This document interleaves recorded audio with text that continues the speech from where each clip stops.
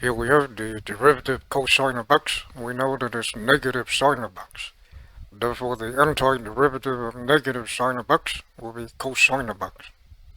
And this is the negative, and so we can think of it as -1, and we can put the -1 in front of the integral sign, and then multiply both sides by negative, and we end up with the antiderivative of sine of x is negative cosine of x. And we have the derivative of sine of x is cosine of x, therefore the antiderivative of cosine of x is sine of x. And for the tangent function, tangent of x is the same as sine of x dividing by cosine of x. And then sine of x dividing by cosine of x, we can write it as 1 over cosine of x times sine of x.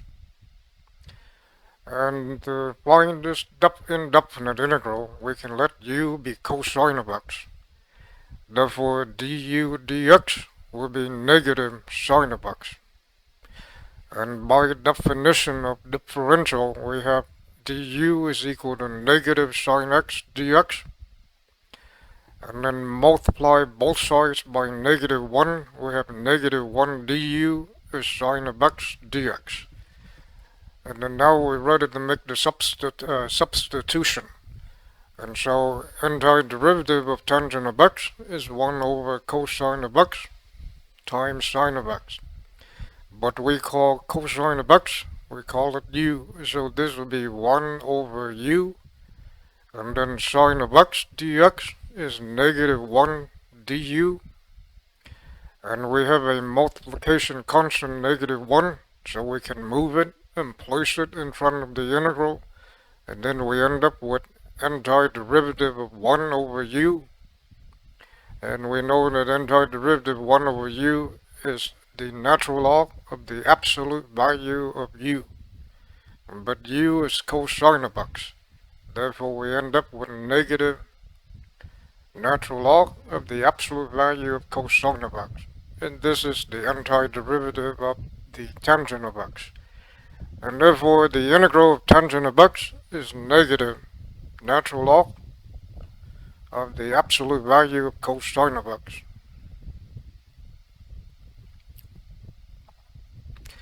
And then similarly for cotangent, the antiderivative of cotangent of x. Cotangent of x is the same as cosine of x dividing by sine of x. And then we will rewrite this as 1 over sine of x times cosine of x. And then now to find this indefinite integral, we let u be sine of x. And so du dx will be cosine of x. And then we have du will be cosine of x dx. And then now we're ready to make the substitution. And so integral of cotangent of x will be 1 over sine of x times cosine of x, but we call sine of x u, so this becomes 1 over u. And then cosine of x dx is du, and so we have du. And then the antiderivative of 1 over u is the natural log of the absolute value of u, and then plus c.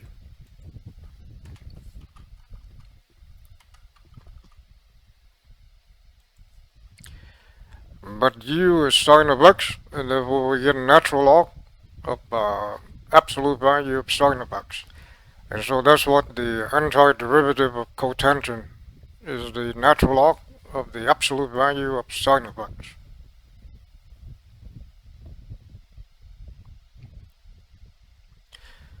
And for secant of x,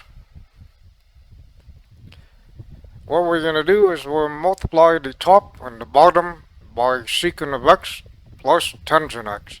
So this is just 1, so we're multiplying secant of x by 1. And so here we have secant of x times secant of x, which is secant squared of x. And then we have secant times tangent, and then the bottom is just secant x plus tangent x. And then we'll rewrite this right here as 1 over secant x plus tangent x times secant square x plus secant x times tangent x.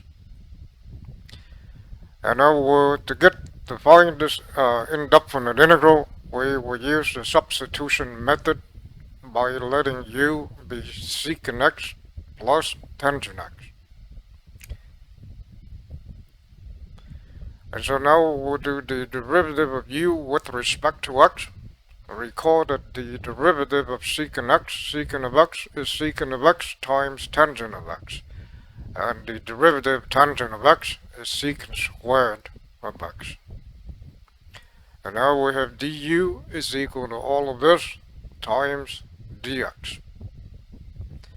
And so now we're ready to make the substitution. And so antiderivative of secant of x is equal to this,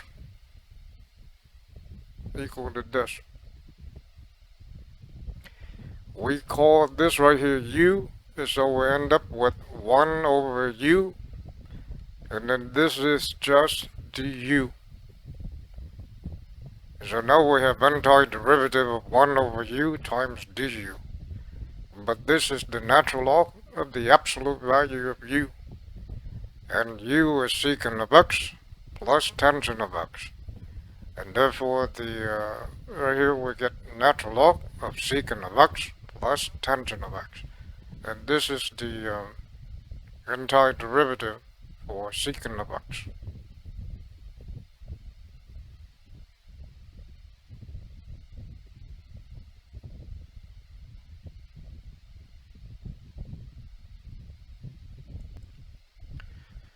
And now we want the antiderivative or the integral of the cosecant.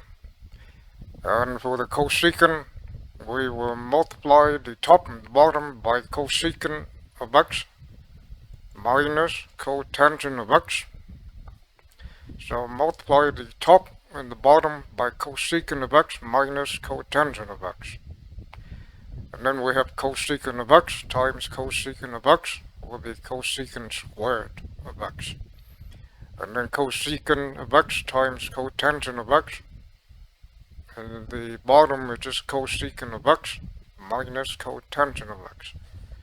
And then we'll rewrite this integrand right here as 1 over cosecant of x minus cotangent of x. And then times cosecant squared of x minus cosecant squared of x times cotangent of x. And now to find this integral, we use the substitution method by letting u be cosecant of x minus cotangent of x. And now we want the derivative of u with respect to x. Recall that the derivative of cosecant of x is negative cosecant of x times cotangent of x. And then we have minus, and the derivative of cotangent of x is negative cosecant squared of x. This is minus negative, so it becomes plus.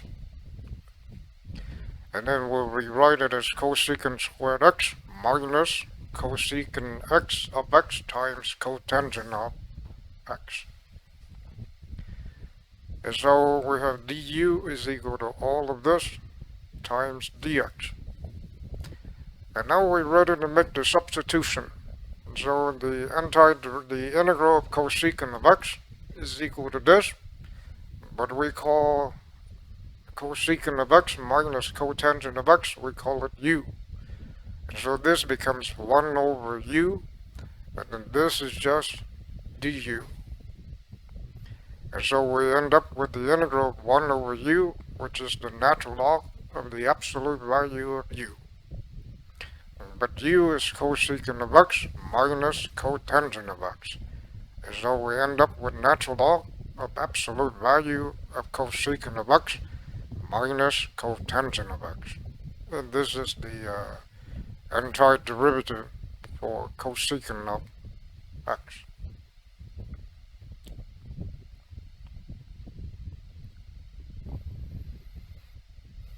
And then from derivatives, we know that the derivative of tangent of x is secant squared of x. and therefore the antiderivative of secant squared of x is tangent of x.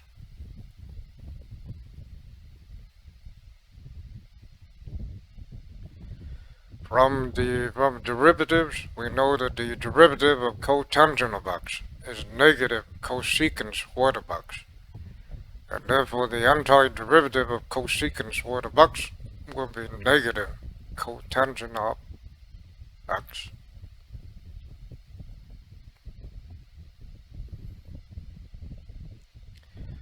And then we know that the derivative of secant of x is secant of x times tangent of x, and therefore the antiderivative of secant of x times tangent of x will be secant of x.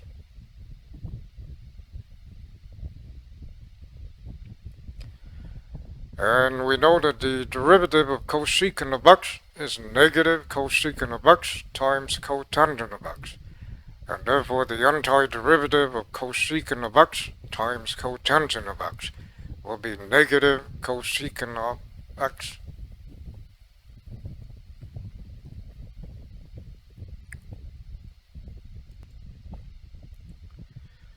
And this is a summary of all the formulas that we have just developed. And these type of integrals, they come up very often. And so anytime we get one of these integrals, then we just use these formulas, so we don't have to redo the integral over and over again.